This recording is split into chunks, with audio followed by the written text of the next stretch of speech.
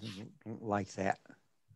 All right, it's 7 o'clock on the nose. We have a quorum, so why don't we start? Today's date is March 11th, 7 p.m. This is the Community Preservation Committee meeting. And to start off, I'll do a roll call. Just say yes that you're here. Richard? Here. Yeah, Rick? Yes. Kim? Yes. Yes. Catherine? Here. Sherry? Here. Sean? Here. Okay, and we're only missing Robert and Chris. Okay, very good. First order of business is to approve the meeting minutes from February 11th. Both Mary Alice, myself, and Pat Shannon have massaged these minutes multiple times. So does anyone else have any comments on them? Corrections, comments, or anything? No. If not, could somebody make a motion to accept the minutes? So moved. And a second? Second. Second, okay. That's Sean and Richard. All right, I'm just going to read your names and just say yes, no, or abstain on the minutes. Richard? Yes. Rick? Yes. Kim? Yes. Catherine? Yes. Sherry? Yes. And Sean? Yes. Okay. Now we'll go into a brief set of committee member reports before we get to the main event. Sean, do you have anything from the Board of Selectmen to tell us? I'll be fairly brief. We had a human rights forum last week, and this week we'll be picking folks to be on that committee that have applied. So that's good. That's got some forward movement. We close our warrant on Monday night. Let's see, what else? That's kind of it. We had a report from our fire chief, Ray Burnett, just kind of giving us the summary of the last year of kind of activity, which has been quite a whirlwind, I think, for them. Our call volume is down quite a bit. And they think that's mostly because people are scared to have folks come into their homes or take them to the hospital. He said they've had some refusals to go to the hospital on some calls. So it's kind of worrisome for public health reasons. But I think other than that, that's kind of it at the moment. Okay, thank you. Richard, is there anything happening in the planning board? Nothing particular at this time. Okay. Sherry, anything happening in the Housing Authority or the COA interest? Yes, some of the bathroom projects that they were working on is done at the Housing Authority, and then they will be like digging down to replace the porches, some of the housing. So okay. What's the word on the senior center? Is that going to open anytime soon? So it's up to the Board of Health, and then so there are going to be some, Joe has asked that there's some open times, just either for questions or resources, or just to casually stop by. So it was identified that 10:30 is kind of a time when the Meals on Wheels roll out, and then they do a deep cleaning around 2. So the idea kind of close things down around 1, but it's still small, very small groups of 12 people. But it's a change of pace. It's nice if people wanted to come out. That the town put the furniture out with the cushions and everything. So, so kind of in the middle of the day, if people want to stop in, as long as the numbers are okay, the Board of Health has given the blessing. Okay. Yeah, nothing really planned right now. Okay. So, Catherine, anything happening with the Historic District Commission? No, I mean, as you know, the last meeting we approved the First Congregational Church preservation restriction. Got updated on the town hall building project, and at the upcoming meeting, we're interviewing a potential new committee member. Oh, okay. Anybody else have any news to report? If not, we'll go to the a new funding application from the Town Hall Building Committee / DPW. And we have with us Mike Toomey, Chair of the Town Hall Building Committee, to introduce this request. You all have received a copy of it by email earlier this week. Mike, go ahead. Okay. We first would like to thank the CPC for supporting and financially keeping this project in play.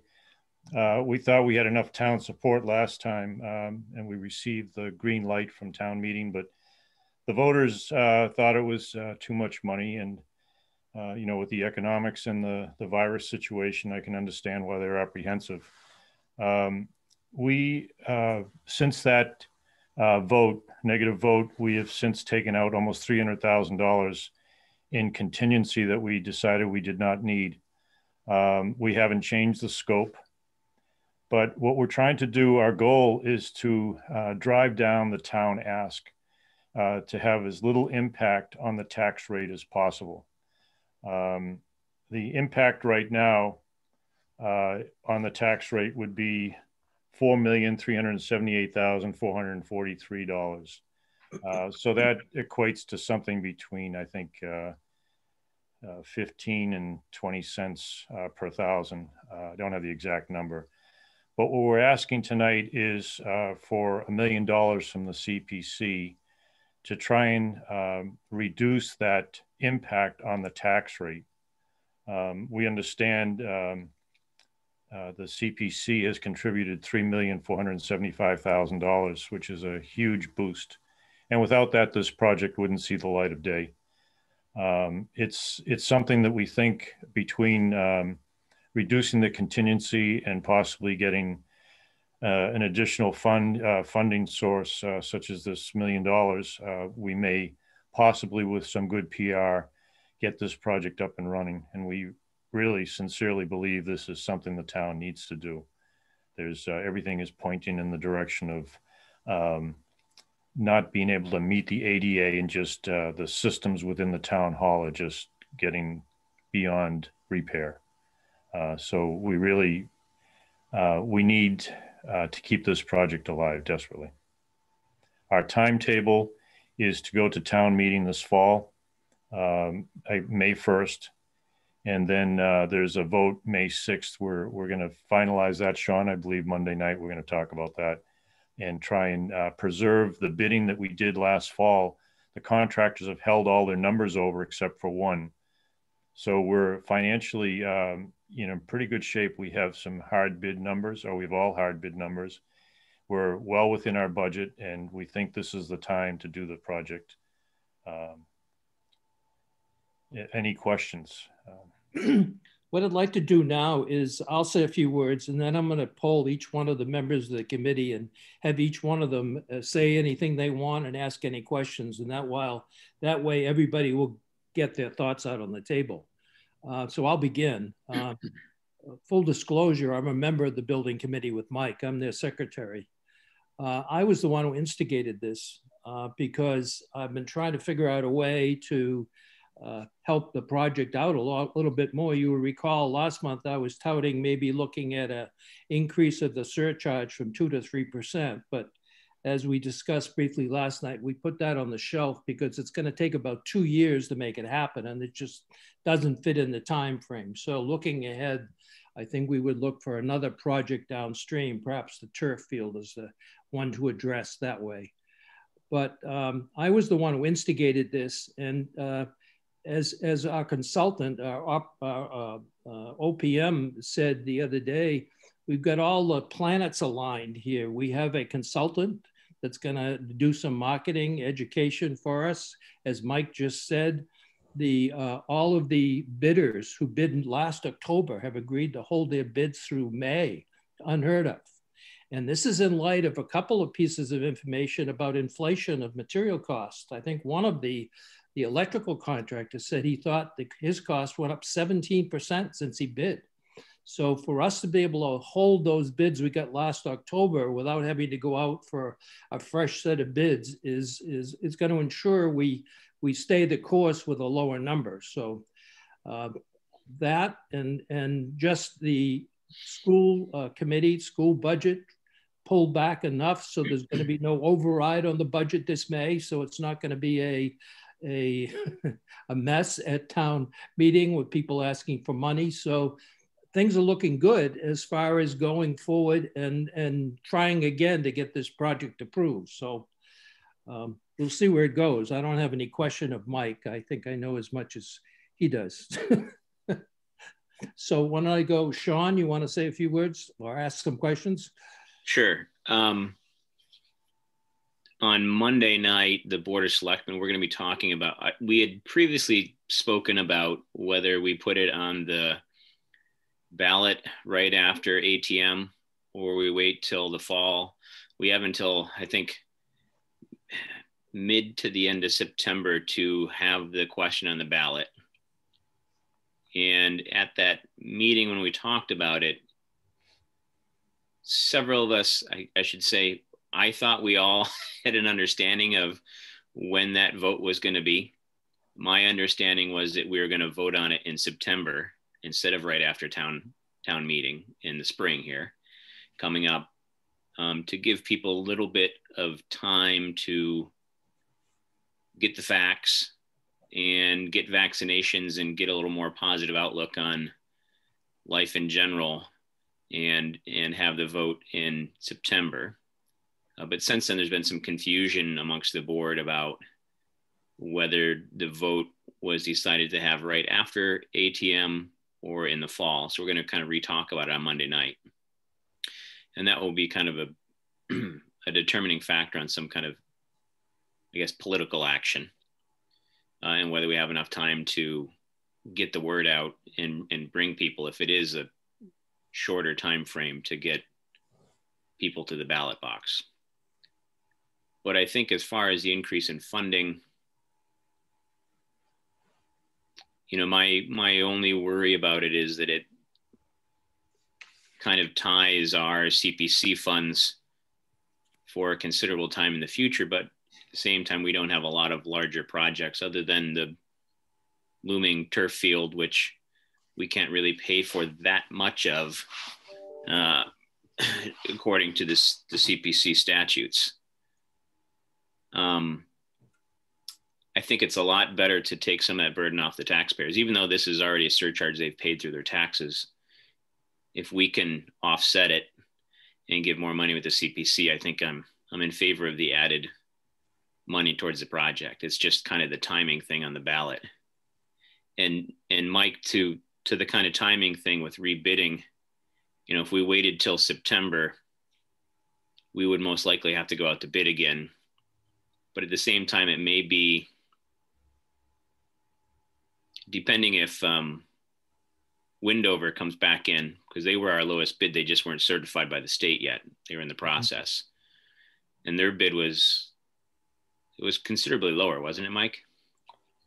It was 100,000. Yeah, I think it was 100, somewhere around 100,000. Right. So I mean, if you know, I'm not sure kind of how, if we went out to bid again, if we would have to stick with the same lowest bid from previous. I don't know if there's a time frame on that. I have town council looking into it, so we'll see what are the kind of rules with if we go out to bid again, if we can go out to bid again, if we have to stay with the same bidder that we picked. So we may end up spending a little money to rebid it, but saving money because we'll have a new lowest bidder that might be under our ask or maybe break even point. It's tough to tell with the market and supplies and et cetera, but nonetheless, long-winded answer, I'm in favor of moving this to town meeting. Okay. Sherry, do you have any comments? I don't think so. I think, I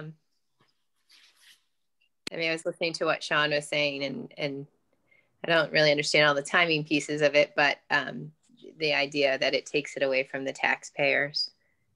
And I feel like we've put a lot of money into it already. So it'd be nice to have a final product, but again, to really present it as this money's already coming in but it's not an actual, it's a tax, but not in the same way that you see like your bill. So. Okay, thanks. Catherine? Just a question on how the project contingency was reduced. Yes, we had contingency on work that was already performed, and that's work that's already in place, design, things like that. So it shouldn't have any contingency. So we took that out. We have the hard numbers. We have all the hard bid numbers. We also reduced any remaining soft costs down to 3% from 10%. So that was close to $300,000 we're able to reduce that by. That number fluctuates a little bit depending on some of the escalation costs and things like that.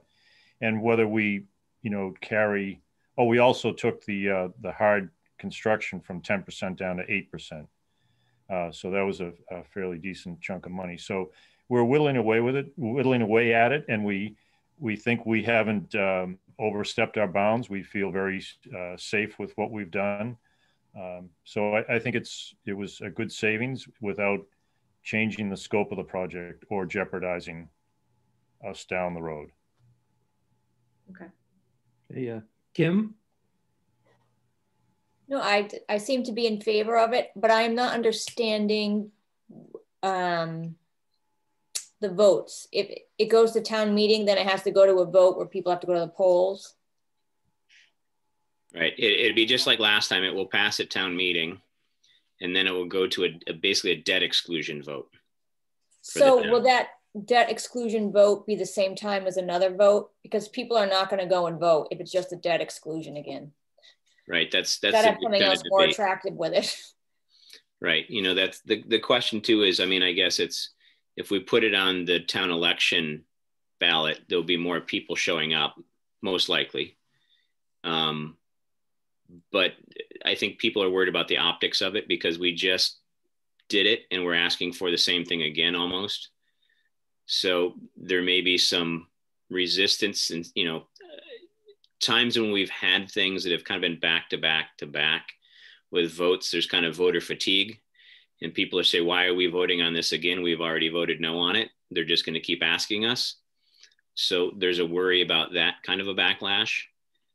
And, we don't want that. And the debate is whether people will be in a better mindset and more time will pass for some, Mike had talked about and Jay talked about the kind of education of the facts and why we need it. I think before, people are going to vote how they're going to vote, but I think part of it was people didn't really know how badly we need to restore town hall to a functioning place for ADA and fire suppression, et cetera.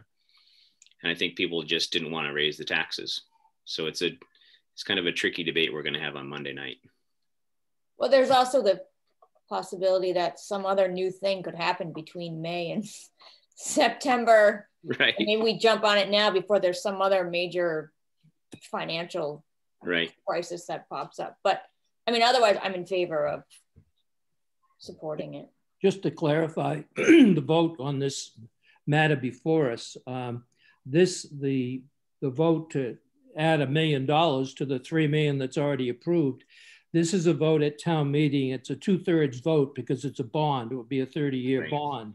And there's two prerequisites with this getting approved. One is that the project gets approved at an special election somewhere.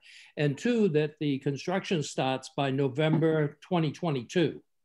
And so if we approve this tonight, this $1 million request, it goes to the floor of town meeting on May 1st. And if they approve it by 2/3, it's still, the project still hasn't gone anywhere. And all this does is reduces the ask that the voters will have to vote on at the election. Right. Rick, do you have any comments, questions? Yeah, I've got some questions. I got about 3 or 4 questions. Let me ask them and then you can go through them as you want. How long are the bids valid for before you have to go out and ask for new bids? What are the main reasons for it not being approved in the past? I'm assuming it's the amount. And what are the main areas of work that is going to be done, or is it just a massive overall reconstruction of the building? Go ahead. So the bids, we have a letter from the general contractor saying that he'll hold his numbers till the end of May and possibly into June, depending on where the market goes. So basically, that's only 2 or 3 months away. Yes. Yeah, okay. But it gives us enough time to go to town meeting, town bid approval, and get the project started. So it's pretty fast track. Okay. Just a little background on that. I track materials. I'm retired now, but I'm building an addition in the house. Just wood alone has doubled in the last couple months.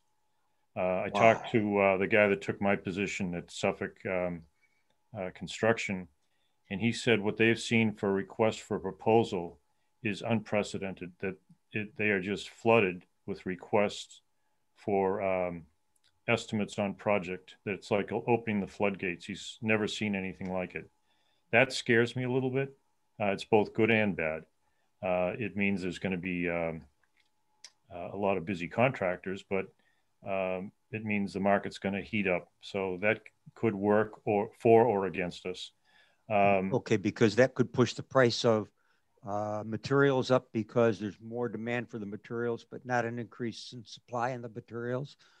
Would that be the case? It could. There could be a glut of materials. You know, if they're anticipating a hot market, the vendors start to load up the suppliers, and they have to get rid of it, or there's a scarcity that people are scrambling looking for things. We've seen that with plywood, with kiln dried lumber, sheetrock, concrete, things like that. So it could go either way. Yeah, it's a volatile market, but okay. So anyway, we do have the bids. They're good till the end of May, give or take a week, I think. The work for the town hall, we're adding an addition with an elevator shaft serving, I believe, 5 levels, be fully handicapped, accessible, new insulated roof, new HVAC and plumbing, sprinkler. There'll be I think it's a 78-person, Jay, you could probably tell me, the meeting room will be opened up, and that all the offices will be on the lower floors or in other areas. So we'll have that big meeting area opened up, and that'll be a large, well-equipped meeting space. How did you get to 5 levels? There's the basement, first floor, second floor, and then there's the theater stage. Let's see, 1, 2, 3, 4. I'm sorry, 4 levels, I believe. Okay, yeah, because the stage is basically between the first and second levels, correct? It's above the second level. Pardon? It would be the top level. The stages? Yeah. Okay. I guess I don't know where. So it'd be basement, first floor, second floor, which is the meeting area, and then the stage area. Okay, I get it. So that's 4. Yeah. Okay. And then everything would be fully code compliant and handicapped accessible throughout. There's some of the exterior would have to be repaired because there's a lot of rot on the fascia boards, some of the columns, things like that. There'd also be a new handicap ramp. The old one would be taken out and a new one would go around the back of the building. It's fully in agreement with the Historic Commission. We've had many meetings, and they've asked us to do things that we've, I think, met every request 100%, without exception. And I believe they've supported this project, and they've been great as far as helping us put this, make this historically correct, I should say. Richard, I didn't understand your second question, but I think I answered your first and third question. What was the main reasons for the bids not being approved, or that the voters didn't like? Primarily, people said that a $9 million project was just too much money. Just too much money. Okay. Yeah. I think, No. Jay, you were involved in that. Yeah. Do you have a different take, or? Well, no, I think it was that's probably the big reason that Mike mentioned, but I think there was a lot of misunderstanding about people were worried about the turf field, or worried about a new school, or worried about a lot of different things. And they were hesitant to vote on such a large project when they were worried about these other things. And we didn't do a very good job explaining how these other things were further out in time and they wouldn't affect this. The other thing is that there was a lot of confusion in the voting. There was a vote at town meeting, and the information that went out ahead of time from the FinCom that explained it had preliminary numbers that were higher, weren't correct. The correct numbers were presented at town meeting, but then when you went to vote, the ballot was very simple. It didn't have any numbers on it. So a lot of people, we were told by our town clerk that some people thought they were voting for $9 million when they went to the polls, when in fact they were voting for 4.7. So there was a lot of confusion. So the effort going forward is to do some education and clarification of what they're paying for, what the numbers are, what they mean, where the funds come from, et cetera, et cetera. So, right. And part of it, Richard, I think too, is I can't remember the number of attendees we had at town meeting, but it was maybe a quarter of what showed up at the ballot. Yep. So town meeting had all the presentations and information, and everyone was in favor, or at least the vast majority was, but that doesn't translate to the folks that didn't go to town meeting and have kind of gotten their own information or no information and then showed up to vote it down. Right, that makes sense too. Yeah, we had like 125 people at town meeting, 1,100 people voted, 440 voted for it, and 600 something voted against it. But the town has 5,700 voters. So there's a whole lot of people out there, we don't even know what they think. In the past few years, the voter turnout has been horrendous. The first year I ran for school committee about 20 years ago, I got 1,800 votes. Now you're lucky as a top runner or a top vote getter to get somewhere 600 or 800 votes. That's nothing. There's about 8,000 we average in the last handful of elections, I think between a 9 on the low end, 18% turnout on the high end. Yeah, which is still pretty pathetic. Which is still pretty low. Yeah. And it's basically going to be almost rebuilding the building. Is that correct? Yeah, the structure will remain. There are structural upgrades. Every component will be upgraded to some extent. The foundations are good. The structure itself is, for its age, is fine. We've had that looked at. All the mechanicals, electrical, all of that will have to be removed and replaced because it's so outdated. Would it be cheaper to just take the building down and build a new building? Well, that's an interesting question. A lot of people have asked that. Could you build another building to house the town hall facilities for less money? You could, but you wouldn't qualify for CPC money. Right. So that's a huge, the CPC is making this project go. There's no question about it.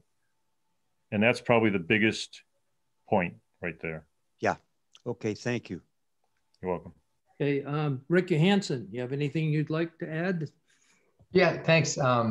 Yeah, when I joined the committee, this is exactly the project I thought the CPC money would be for. And then I learned there's rules and parameters about what it can be used for. So I'm definitely in favor of adding the 1,000 to this project. And then just as I guess I'm a relatively new resident, I would say if the biggest pushback is price from the voters, and I definitely understand what Sean's saying, if we just put it back on the ballot right away, they're going to say, we just voted on this. But maybe some of the education could be letting them know that the CPC just threw, if it's approved, just threw another $1 million in. So if I understand correctly, that'll actually reduce the burden on the taxpayers, right? Absolutely. So if we let them know that, and then Michael, for like, I totally get the thing. Like nobody wants to pay for upgrades because just like I have a ice dam now. I got to fix my roof. I don't want to do it, but if I wait till next winter, it's gonna be way worse. What would be a trigger that would make it be like now when we're not ADA compliant right now, and that the fire suppressant stuff isn't right? That's bad. Would there be something they could trigger where now you must repair? Like what would trigger a requirement? We're there now, I think, pretty much. Well, there's actually interesting you bring that up. Approximately 25 years ago, the state came in and said it's not an ADA compliant building. Anybody in a wheelchair can't get in there.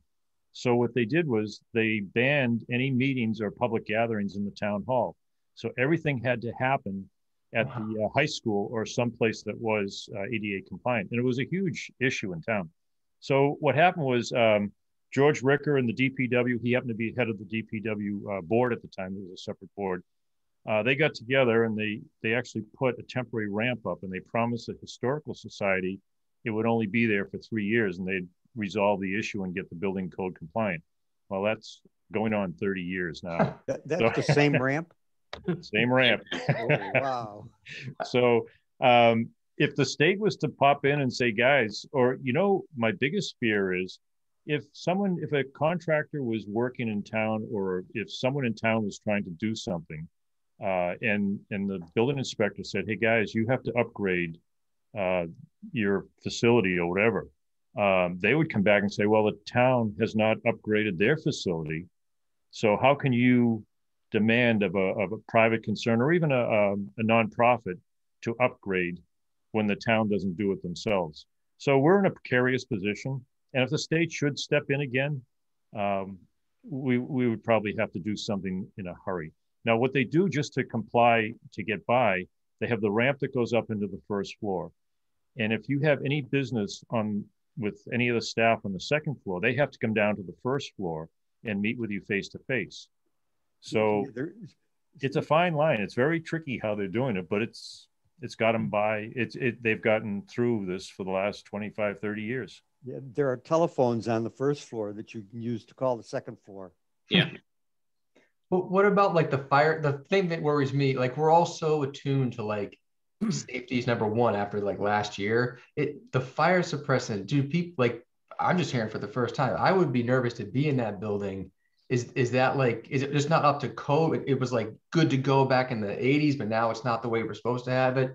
I'm just wondering if the public knows like this building's not safe, like please vote to upgrade it, or is this been all discussed before?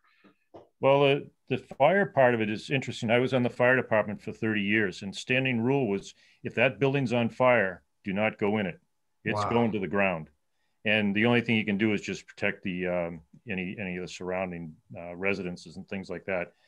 But there is no fire suppression in there, and it's just a tinderbox. It's all balloon construction.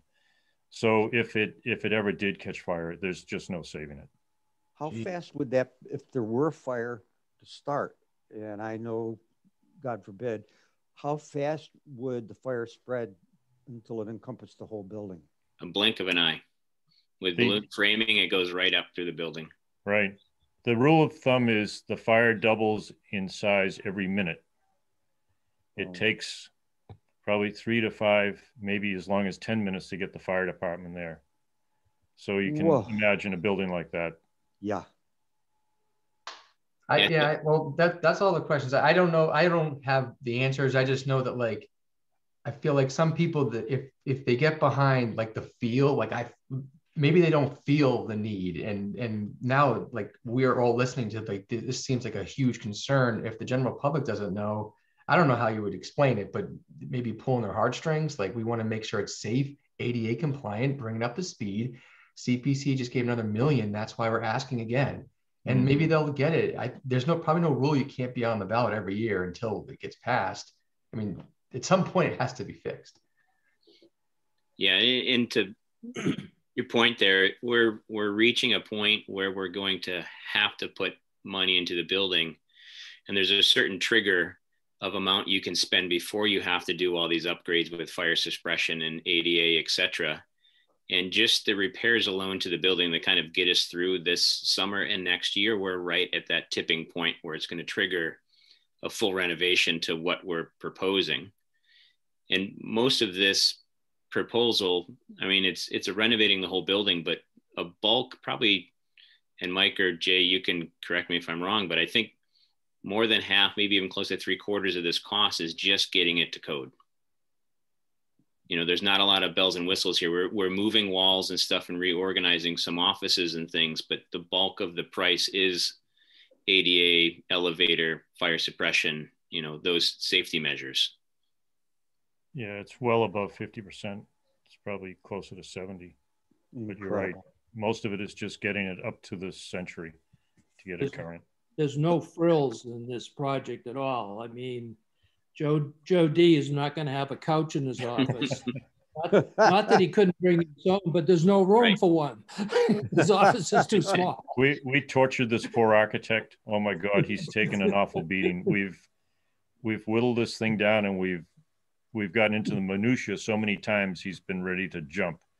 So, and that's why I got onto this committee, to make sure that we didn't spend money unnecessarily, only spend what we have to spend and get the best bang for the buck. So, and Jay can attest to this, we've looked at every piece of it, and we think we've kept it pretty lean, but it's still going to be a beautiful building when it's done. Back at one point, I'm new to this type of work myself, not like Mike, but at one point we hired 2 separate professional cost estimating companies and brought them into town hall and had them sit on opposite sides of the table and have them pick apart line by line by line every single thing in the estimate. And if they differed, they hashed it out between them. I mean, this has been very thorough from a cost estimating perspective to make sure there are no frills in this project. So. Mike, are you hopeful and optimistic that the woman we hired to help spread the facts will have enough time if we do go to a May ballot? She says she can do it. There's a lot of reasons to make this thing go quickly, and there are reasons to wait until September. And I'm not sure, I haven't really tallied them up, but I believe she can get the word out and be able to deal with the Facebook and the local media and all the things that go on in that short time frame. She thinks she can do it. Does she have an office in the building? No, I don't believe so. No. What is her name, please? Kirsten Alexander. Okay. She lives in Wenham, Richard. Yeah, that's what she said the name. That's what I thought. She owns property down the Grove, and she used to live in Hamilton prior to moving to Wenham. Okay. If no one else had any questions for Mike or comments they want to make, could someone make a motion to grant this $1 million grant in a second, and then we'll go to a vote? I've got to go answer a phone. Sure, I'll make the motion then, since Richard's got to answer the phone. I move that we approve the ask from the Town Hall Building Committee for $1 million for the Town Hall Building Renovation Project. And a friendly amendment to that will tie it to the same requirements of the $3 million grant that was passed at Fall Town Meeting. So added and moved. Yep. Second, someone? Okay, thanks. I second. Second, Kim, thank you. All right. We have a motion and a second. Does anyone else have anything they want to add? Sorry. I'm back. Okay, if no one else has any comments or questions, I'll read your name and just say yes, no, or abstain on this. Richard. Yes. Rick. Yes. Kim. Yes. Catherine. Yes. Sherry. Yes. And Sean. Yes. Unanimous. Wow. Congratulations, Mike. Thank you. Thank you. Thank you. This is great. This is what we need. And I hope it'll move it in the right direction. Mike, I want you to think hard over the weekend about Monday night. Are you joining us Monday? I certainly will. This will be a big incentive to move this, to get it going. I will think about it, and I'll try and come up with the pros and cons. Yeah, I mean, I'll leave you with one last thing. I know you're familiar with the construction market and time frame. You know, if we get it done on a May ballot, they're going to want to throw the shovel in the ground May 10th, basically, right? So if it's in the fall, it gives town hall people a little bit more time to pack up and move out, because I'm sure they wouldn't start November, December. They may start in the spring. It give us a little more window, but you know, that's just another factor to consider as far as shovel in the ground time. Well, Tim Olson brought that up at our last meeting, that he wanted to have adequate time to have the town hall employees get packed up and stuff. And our OPM, John Sabona, assured him that he will put into the schedule as much time as Tim feels he needs to make that happen. Yeah, because we'd still need to do the work at Penguin Hall to move everybody over there. Yep, there's still some outfitting to do there as well, I think. Yep. If the contractors have a contract in hand, you know, that's all they want. They want the signed contract, and if they can then start making the deals with the vendors. Right. So it's still going to take a little time to align the vendors, right? And their subs are already caught, but they don't have their vendors yet. Right. So we might be able to kick out the shovel in the ground part a little bit, you know, to suit our schedule. So, and like Jay says, we write the schedule. So. Right. Okay. Well, thank you very much, everybody. Yeah. Thanks, Mike. That's a huge relief. Thank you. With that, I'm going to have my dinner. I was too nervous to eat beforehand. Okay. Thank you very much. Yeah. Take care, Mike. Yep. Okay, bye-bye. Bye-bye. Okay, now we'll go to the review of the open grants. I think we just heard about the town hall renovation project. That committee meets every week now, believe it or not, to make this thing happen. But it's oh so close, and they're meeting tomorrow at 11 a.m. to hear the news from tonight's meeting and get Kirsten launch her efforts on Facebook and web page and media and whatever else she's doing. She's gonna make, I think she's planning a Facebook page, a website.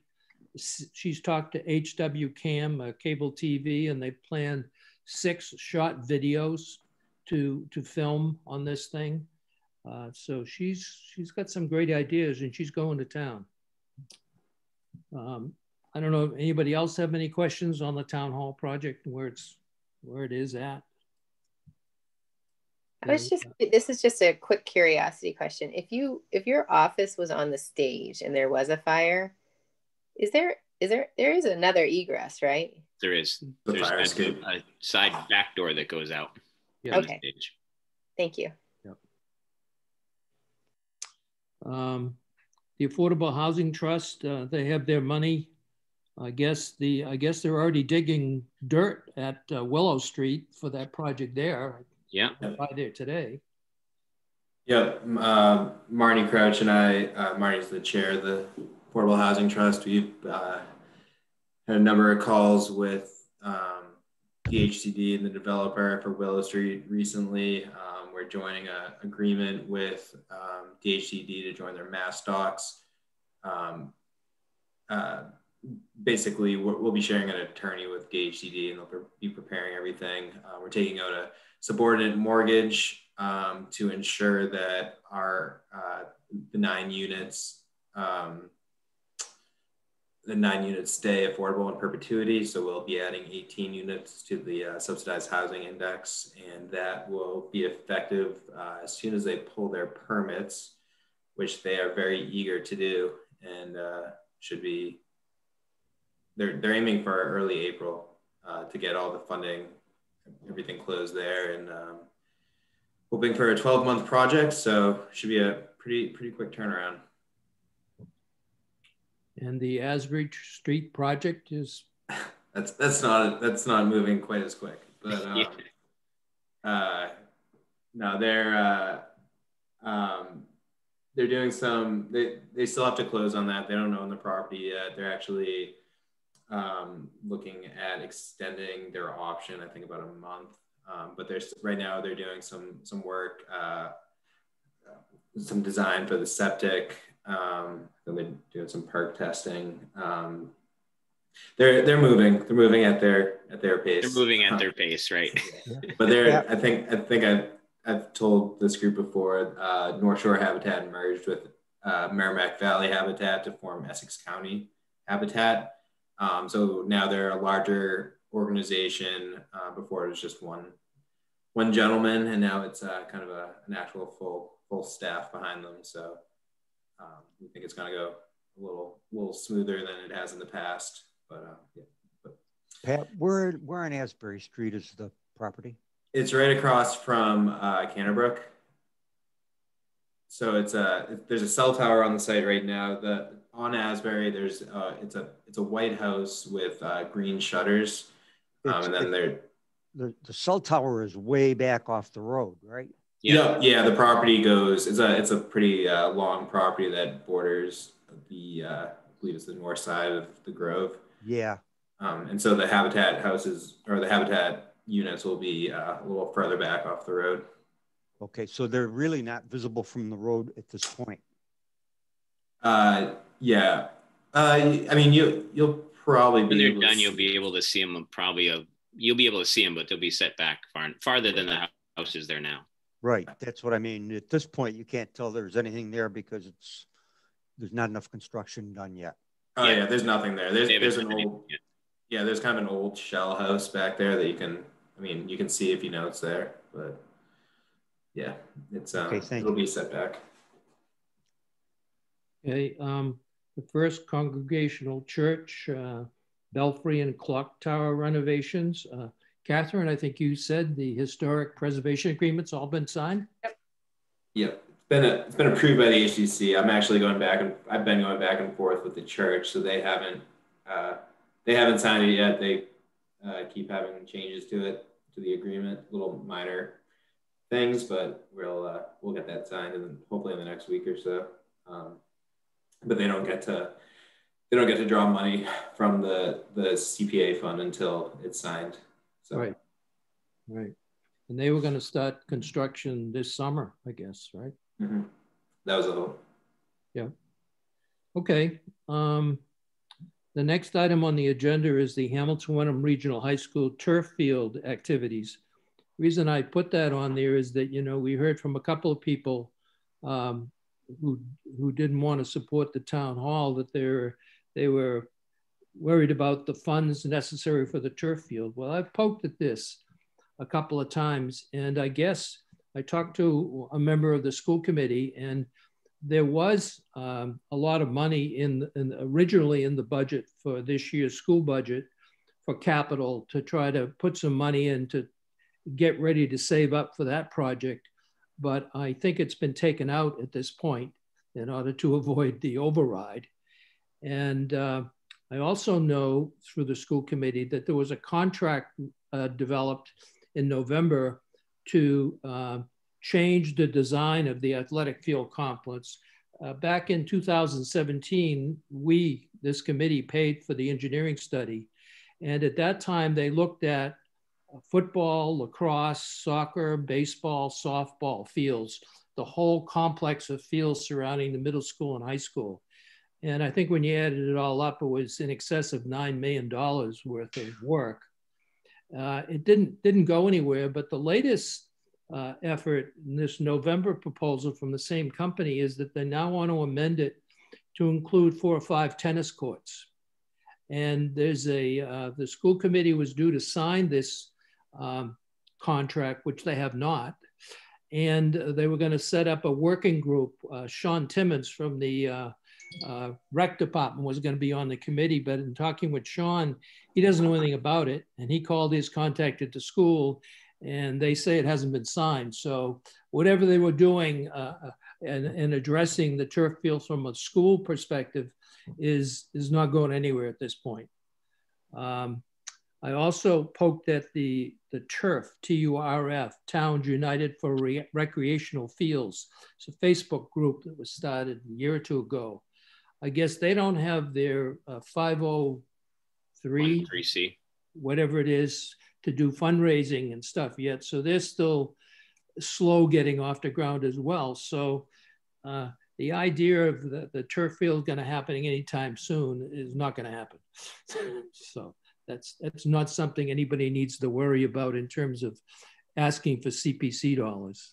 No, I would see if it does start to gain traction, I would imagine it'll be 2 years before we see any kind of ask. And as I mentioned at our last meeting, I think that effort is a great one to have them push the 3% surcharge increase, because the school folks would be behind it. So right, and that's a project too that, like, you know, since we kind of, whether we wanted to or not, it was turf field versus town hall at this last kind of it was ballot. Even though it wasn't part of it, it became part of it. Yep. But town halls compared to turf fields you can't get the same, like, no one's jumping on the woodwork to give funding to our town hall as a private citizen or a company. Right. But turf fields, I mean, I think Institute for Savings has built a couple of turf fields in the area. New Balance, I think, just did Gloucester's stadium. So there's corporate sponsors and stuff and private citizens are going to pay a lot more into that funding source than the town hall. Right.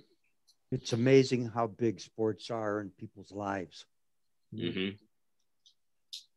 All right, next item on the agenda is to give you an update on the process for increasing the CPC surcharge from 2% to 3%. I've mentioned it a couple times the last couple of meetings, and Pat Shannon has dug in with town council and the Coalition Preservation Office in Boston, and there's a lot of legalese involved, but the short answer is it looks like it's about a 2-year effort to make it happen. So it's not something that can be done anytime soon. You'd have to look at it at least 2 years ahead of time in order for it to happen. And then it would have to go to the polls and be voted by the townspeople at the polls. So that's not, we're not going to be doing anything with that anytime soon. Proposed joint meeting with Wenham CPC. They reached out to us a year ago. Their vice chair at the time, Patrick Waddell. Now he's the chair. I guess he had his admin person contact Pat Shannon recently and said, what do you think about having the two CPCs have a joint meeting? And I, of course, said yes. And Pat, have you heard any more?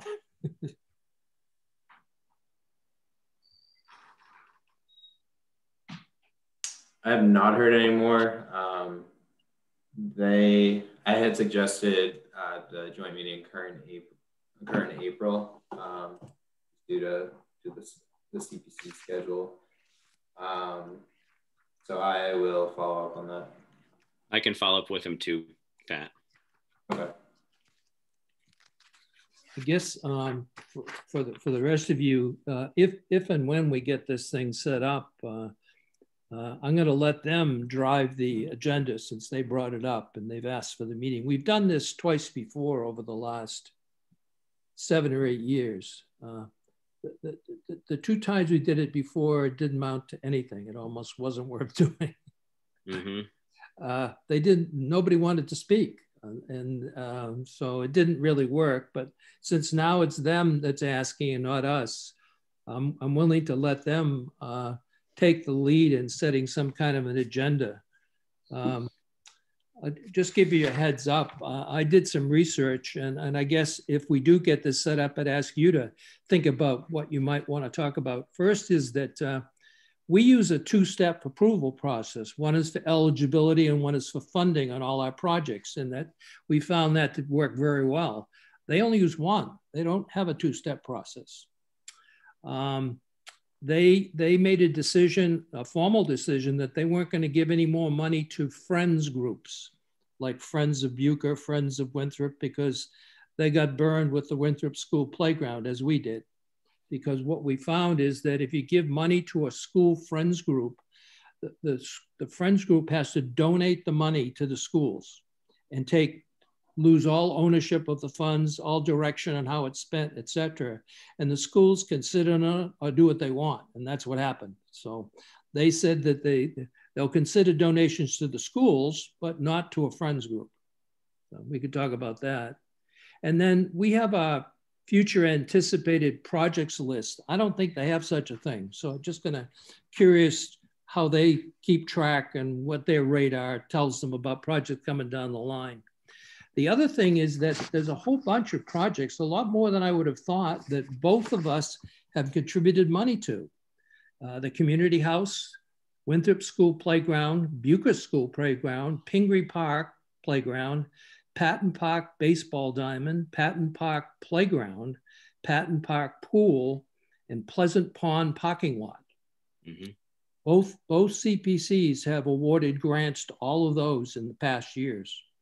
And then looking ahead, the big one is the turf fields at the high school. So, have most of those grants that were similar been done at the same time and any coordination? No, this is over 7 or 8 years, 9 years.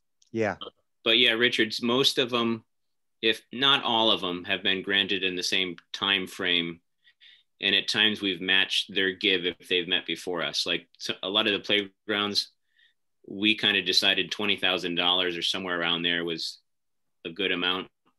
And then they followed suit or we followed suit and we kind of matched their funding. Yeah. Okay, thanks. We this committee dragged their feet for years and years, giving any money to anything for the schools. Because along about the time, it took a couple of years to get the CPA Act approved here in Hamilton. And it was just coming off a bunch of years where there was a school override budget every single year. And people thought that establishing the CPC fund would provide a conduit to get more money to the schools. And so a lot of people didn't support it. But finally, cooler heads prevailed and sorted it out that there's a very limited number of ways you can give money to the schools. The only thing you can do is for playgrounds and athletic fields. Anything else wouldn't be eligible. And even with the playgrounds and athletic fields, there has to be some public access made in order to make it a benefit to the taxpayers. So. Is there a concern you had said about donating to friends groups? Yep. But the turf organization. Yep. Is that, because I would assume that Hamilton and Wenham would contribute to kind of like how we did the playgrounds, but would you lose any money? Well, the turf Facebook group is going to do some of the fundraising for the project. But I think what would happen with us is we'd have to think about, do we want to give money to the Facebook group or do we want to give money directly to the school department with contingencies of how it should be spent to protect our... Yeah, I would say it doesn't matter. I would give it to the school. I would make them apply for it. Right. I'd let the school apply and let them show up and ask for the money, and we'll grant, if we wish, we'll grant the school some money for the project, but I don't think we'd give it to any friends groups. Because they could be a co-sponsor or there, but because the money ultimately gets donated to the school. Yeah, it does. So you'd like to think whatever you gave the money for, they wouldn't turn it around and use it for something else. Right, which is what they did with the Winthrop Playground. Yes. Oh. When did that happen? It's an interesting thing, that turf field, just as a side note, like we grew up Hamilton, I mean, my kids grew up Hamilton, Wenham on grass fields, and on the collegiate level, switching to a turf field, it's a whole different touch, a whole different experience, but there's not too many grass fields around anymore. We're kind of a dinosaur with having grass fields around. It's kind of interesting. And I feel like there's a lot of injuries, but that's what you're seeing, it's the trend, I guess. Yeah. Well, part of the problem is the grass fields get torn up so badly, it's hard to keep them. It's hard to maintain them, where the turf fields are artificial. You simply, it's like fixing a hole in a piece of cloth. Right. And it's a lot simpler to deal with. Yeah. Plus a lot of the the other advantage to turf is it gives you a longer season. You know, you can just shovel the snow off of the turf and play on it. Whereas if it's springtime on grass, you got to wait. And you can play until 9 o'clock at night. Right. So you can play after dark, which is another hurdle that they'll have to overcome. All right. Other business. Anyone else have any other business they want to bring up or mention? Upcoming projects that may be on the horizon. There is a group working to change, how can I word it? Where the Pingree Park tennis courts are now, they're defunct. The town of Wenham doesn't seem like they'll be doing anything with them in the foreseeable ever future. Just because the cost would be so much, because they'd have to basically delete what's there and start fresh. There's a group that would like to take over that area and build a skate park / BMX pump track there. So they've BMX, met with the rec department. It's called a pump track. It's basically a series of little jumps. Oh, jump. For kids on bicycles. Right, okay. So they wanted, they've been talking for a handful of years now, but now I think it's starting to gain a little traction. The group's a little better organized, and they've had a handful of meetings again. And they went to the rec board, I think last week on Monday. So we may see an ask from them sometime in the future if the powers that be grant them access to that site. I think they're seeing if that site can be used for something else other than tennis. I don't know what the deed, if there's a deed restriction on it, like when we had looked at the Fairhaven field by the library to be used for something else. In that gift agreement with the deed, when it was donated, it was only to be used for what it's being used for now. This is the tennis courts in Pingree Park, right? Correct. Yeah, is that a Hamilton property? It's a Wenham property. Yeah. I have an odd thought, and maybe Jay, you could answer this. So we can do playgrounds with this CPC money. Would it ever be a dog park? Could you ever use CPC money for a dog park? I just, people feel. I think you could. Yeah. People have talked about it, Sherry. Maybe 4 or 5 years ago, there was kind of a big push to do a dog park somewhere in Wenham, I think, but I don't know if it ever went anywhere. Is there any place in Hamilton for one? You have to buy a piece of land, right? I think you'd have to buy some land. I don't know anywhere that could be kind of designated. You'd have to take a part of a park that's already existing. Well, maybe Chabaco Woods, depending what happens with that, with zoning. Yeah. Because people already go there with their dogs, so I know people have been talking. Yeah, I mean, we've got a lot of kind of dog-friendly areas, grass rides, etc., but not a, fenced-in dog park anywhere.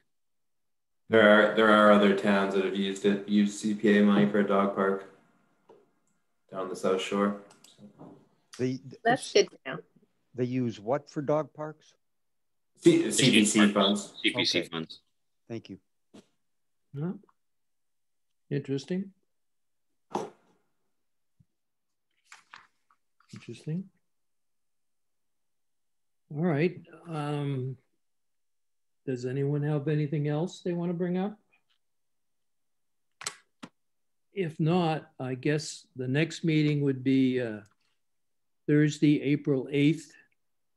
And that may be a joint meeting with Wenham. We'll see.